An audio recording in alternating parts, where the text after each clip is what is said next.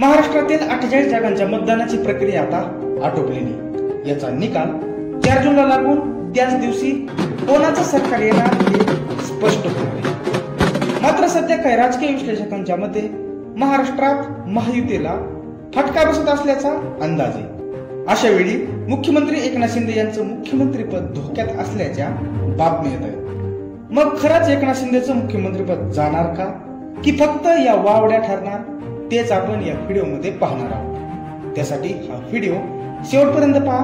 तुम्ही पहिल्यांदाच या चॅनलवर आला असाल तर कृपया चॅनलला सबस्क्राईब करा। शिवसेना फुटून जसं एकनाथ शिंदे आपल्या 40 आमदारांसोबत भाजप सोबत जाऊन मिळाले, तसं भाजपने आपले 100च्या वर आमदार असताना मुख्यमंत्रीपद एकनाथ शिंदेंना देऊ केलं। अगदी त्यावेळेस पासूनच मधून मधून एकनाथ शिंदेचं मुख्यमंत्रीपद जाणार या बातम्या येत राहिल्या आणि काळानुसार त्या खोट्या सुद्धा ठरत गेल्या।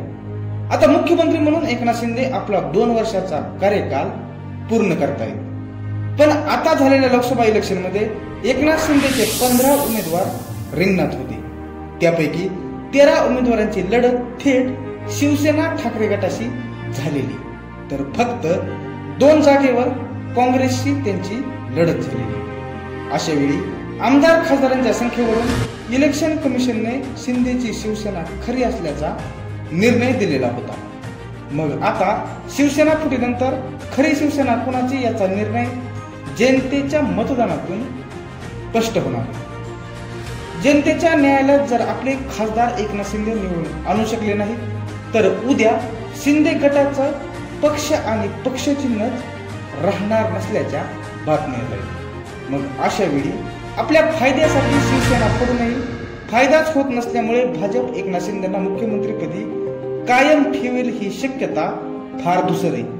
मुख्यमंत्री पदावरून एकनाथ शिंदेंना हटवण्याची शक्यता असण्याचं दुसरे कारण म्हणजे हरियाणामध्ये ज्या प्रकारे भाजपने खट्टर यांना मुख्यमंत्री पदावरून हटवून नायब शिंदेसेनी यांना मुख्यमंत्री बनवल्यामुळे त्या खांदे बदलाची चर्चा देशभर झाली होती। त्यामुळे महाराष्ट्रात सुद्धा भाजप तो आपला पॅटर्न वापरण्याची शक्यता नाकारता येत नाही। त्यामुळे एकनाथ शिंदेचं मुख्यमंत्रीपद जाऊ शकतं या चर्चा खऱ्या ठरू शकतात। जेव्हा भाजप शिंदे गट पूर्ण बहुमताचं सरकार स्थिर असताना अजित पवारांची मंत्रिमंडळात एंट्री झाली, तेव्हा सुद्धा एकनाथ शिंदेचं मुख्यमंत्रीपद जाणार अशा चर्चा रंगल्या होत्या।